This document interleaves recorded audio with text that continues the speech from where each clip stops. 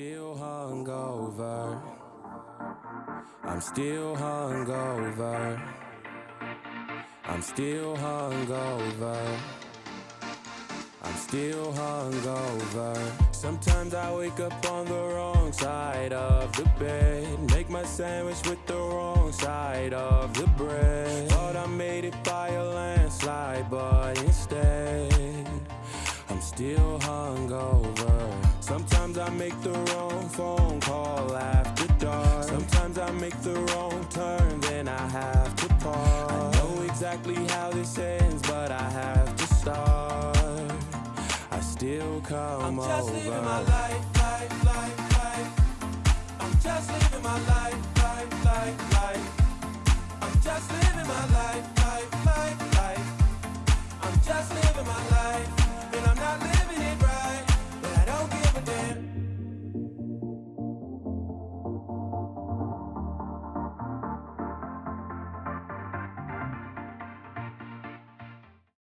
Sure, if that person's intoxicated, because that's not on my mind. Mm-hmm. So, that is a pickle. Yeah, because you ain't thinking about, hey, girl, you drunk? Let me test you. Mm-hmm. You gotta walk around a breathalyzer.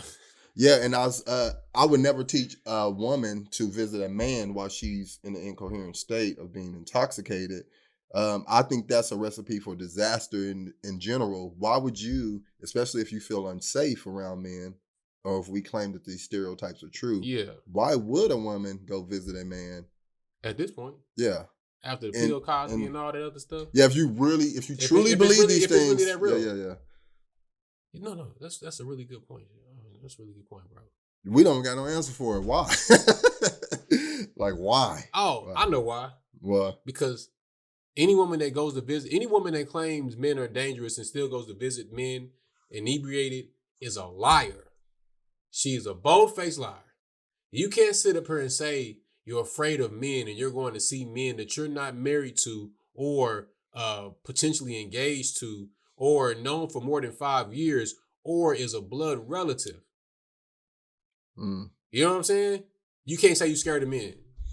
Because you drunk is worse than, and you be so off balance.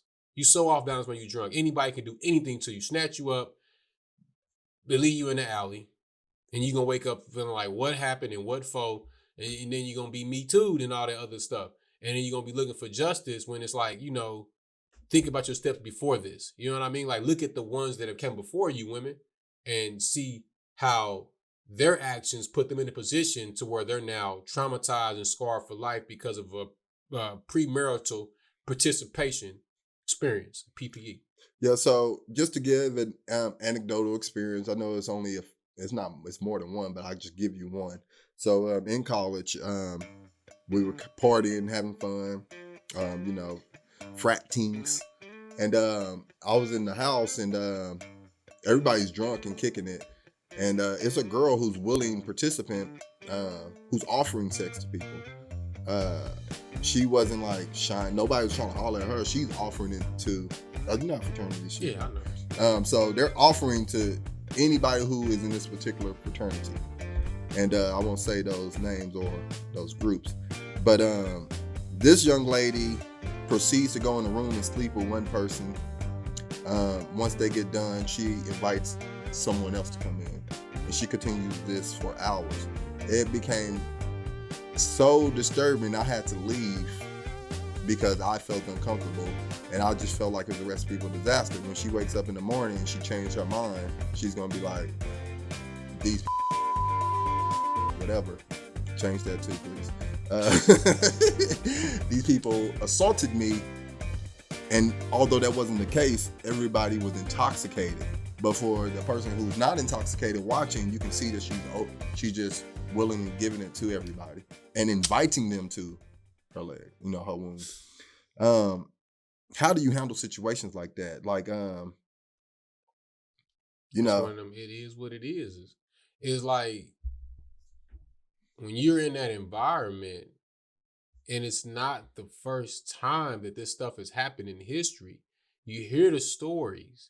But it's like, that's like somebody dealing with second childhood syndrome. And this is why I say that. Because a kid or a child is a person who learns that something is hot by touching it. That's how kids learn, through pain. That's one of the kids' best lessons they learn. A child learns quicker through pain than anything. Yeah, the consequence they feel. The pain, whether it's pain from falling off your bike, falling off the wall, or burning your hand, touching something that's hot. You gotta put your hand on the stove to find out it's hot. Yeah, and then they oh, hot. That would be some kid's first word. Whoa, hot. Ooh, hot. Ooh, hot. Now they get it. You see what I'm saying? So this is the same thing that can be applied to some of these women, young and old, whatever. They don't understand, you know what I'm saying, till they get burnt. And, you know, coming from the school I came from in college, I done seen girls, real pretty girls come out there freshmen and just get ran through and just have to leave a school. Just have to just leave a school. Yeah, after doing so much dirt. You know what I'm saying? And, you know, ladies, you got to really be conscious of that. You know, protect your you know what I'm saying, your true nature and have some dignity. Some morals. First of all, You know it's what I'm valuable for saying? you not to spread yourself thin across a bunch For of men. real. Like, my goodness. And you never want to be known for that girl who was You don't want intoxicated and people, Man, let me tell going you through something. you. Every young lady I know that go to college, every one of them, I try to give them my don't be that bitch speech. Don't be one of them bitches. Yeah, it's a bad look, for real. Don't be one of them bitches, man. I still remember the girls who was doing it back when I was younger. And I still kind of remember that when I see them. They might not even be living that way because no more.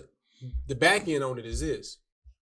And people don't understand this about this sex energy, and I keep telling you, you keep polluting your body, ladies, with these, these cockhounds, and what it's gonna cause you, as soon as you have a baby, you're gonna blow up like. And I know a lot of females. And you're gonna be a single parent. I ain't gonna say a lot. I ain't gonna say a lot because it's more than 10. But I know a few, if out them 10, I would say 3 of them is unrecognizable. You know what I'm saying? From the consequences of sleeping around. Of sleeping around and then having babies, you know what I'm saying? And I wouldn't just out of wedlock, just not even in the most ideal situation. Y'all ain't even talking about getting married. Y'all just messing around. Y'all ain't even having conversations about getting married. Y'all ain't even spending time building together. Only time y'all hang out and y'all see each other. Exactly. So what do y'all even, you know what I'm saying? The stress from that alone can cause you weight gain, ladies. Right. Come on now, take care of yourself. So this is important, this next question, because it's really for the men. Damn. What are possible consequences for a man sleeping with an intoxicated? Sandwich with the wrong side of the bread. Thought I made it by a landslide, but instead I'm still hungover. Sometimes I make the wrong phone call after dark. Sometimes I make the wrong turn, then I have to pause. I know exactly how this ends, but I have